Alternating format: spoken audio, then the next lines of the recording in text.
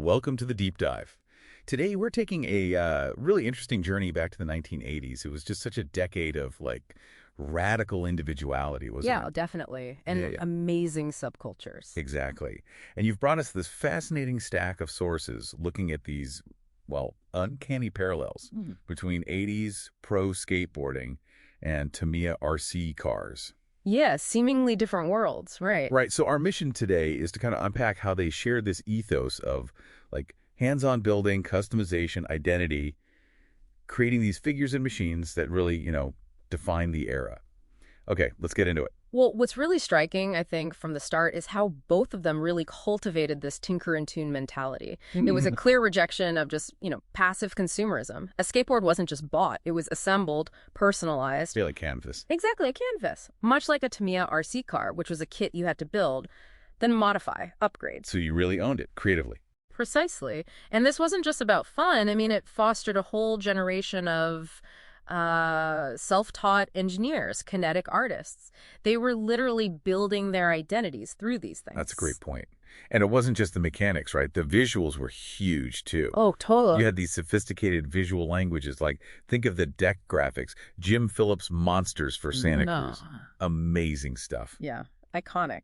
And then Tamiya, with their incredible box art, those fictional sponsor logos. They weren't just pretty pictures, were they? They felt like badges of allegiance, a real statement. Yeah, definitely. And, it raises this important question for you, the listener. Yeah. How did these specific pro models or these named kits become such aspirational totems? Mm-hmm. The sources really highlight that choosing, say, a Tony Hawk Pro model or grabbing a Tamiya Hornet, it wasn't just about the object itself. It was more. It was about buying into a whole style, a performance philosophy, the identity of the person or the machine you admired. It was like the ultimate expression of belonging to that tribe. That idea of aspirational identity is perfect. Yeah. Let's dive into some of these incredible pairings, the human and mechanical analogs you found. Okay. Let's kick off with a real original. Dwayne Peters, the master of disaster. Oh, yeah. I mean, this guy wasn't just a skater. He fused punk rock attitude directly into skateboarding, known for just raw, chaotic, go-for-broke rebellion. He even invented the disaster trick. And his perfect match, according to the sources, is the 1982 Tamiya Wild Willie. Right, the wheelie machine. Exactly. It was designed for these spectacular, often totally uncontrollable wheelies. It prioritized, anarchic fun over precise control. And chaos. Yeah, its inherent instability, that focus on joyous chaos. It just mirrors Peter's persona and that disaster trick so well. It wasn't just sloppy. It was about defining this counterculture identity, finding power and challenging the norm. Okay, so shifting gears now. Quite a contrast. Let's look at the legend Tony Hawk, the emperor of technical skateboarding. The Birdman. Yeah. A competitive machine, right? Always relentlessly pushing difficulty, consistency, famously known for that tech-over style approach, at least early on. Right, and that raises a point. Did that relentless pursuit of perfection have a perceived downside for both the skater and maybe the machine analog? Interesting question. Well, if we connect this across, Hawk's counterpart is seen as the 1988 Tamiya Avante. The Avante. High-tech. Extremely. It was like Tamiya throwing down the gauntlet, engineering supremacy. It used exotic materials, carbon fiber, titanium, radical design. Very complex. Okay. So both Hawk and the Avante represent this relentless push for technical perfection, but maybe, just maybe, sometimes at the expense of simplicity or, dare I say, soul. The Avante was notoriously fragile, complex to work on, a bit like how Hawk's methodical style could sometimes be seen as almost soulless by parts of the skate community back then. From tech precision to pure spectacle. Yeah. Christian Hosoi, what a different vibe. Total rock star of the vert ramp. Absolutely. Flamboyant, charismatic, known for those massive, breathtaking airs. And his revolutionary hammerhead deck shape. Style, power, spectacle defined him. And his analog, the 1985 Tamiya Hotshot. The red one. That's the one. Tamiya's first shaft-driven 4WD buggy, meaning direct power to all wheels. It was revolutionary, aggressive, low-slung body, that vibrant red. Yeah, looked amazing. And its innovative monoshock suspension, that single central shock.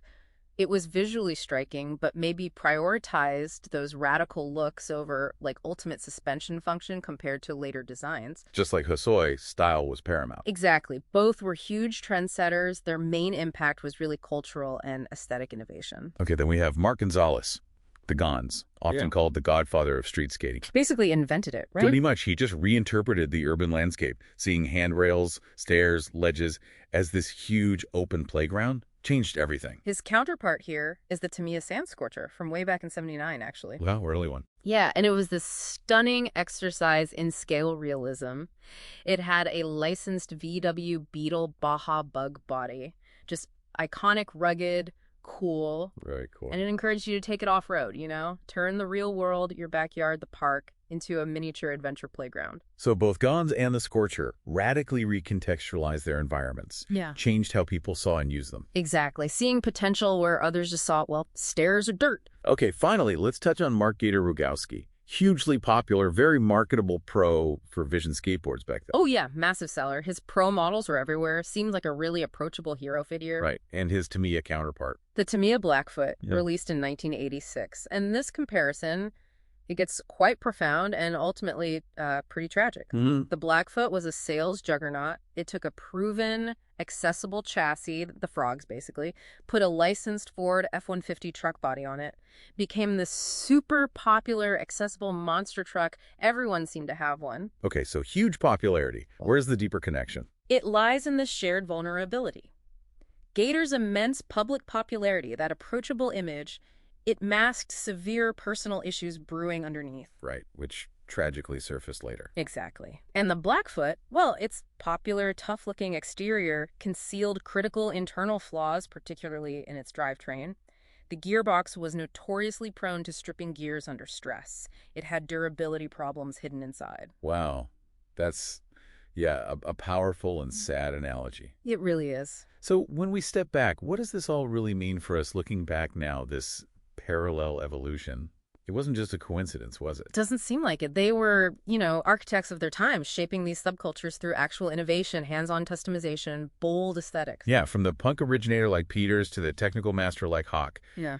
The archetypes are just strikingly similar across both worlds. Indeed. And their legacy, it's totally endures. The skaters are absolute legends. And most of these specific Tamiya kits, they've been re-released. Oh yeah, people snap them up. Eagerly.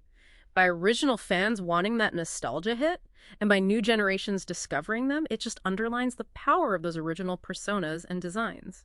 It's just fascinating how these two, really distinct worlds, one of human kinetic art, the body moving through space, and the other of mechanical artistry, both found such deep ways to express and celebrate individuality. It really makes you wonder, doesn't it? What other, maybe seemingly unrelated subcultures today are experiencing similar parallel evolutions, driven by those same shared values of mastery, identity, and just the pure joy of creating something yourself. Okay, something for you, our listener, to think about. Consider the passion projects or the niche communities you're part of. What are the pro models or the signature machines that define your tribe? And what do they say about the shared values and aspirations of your chosen world?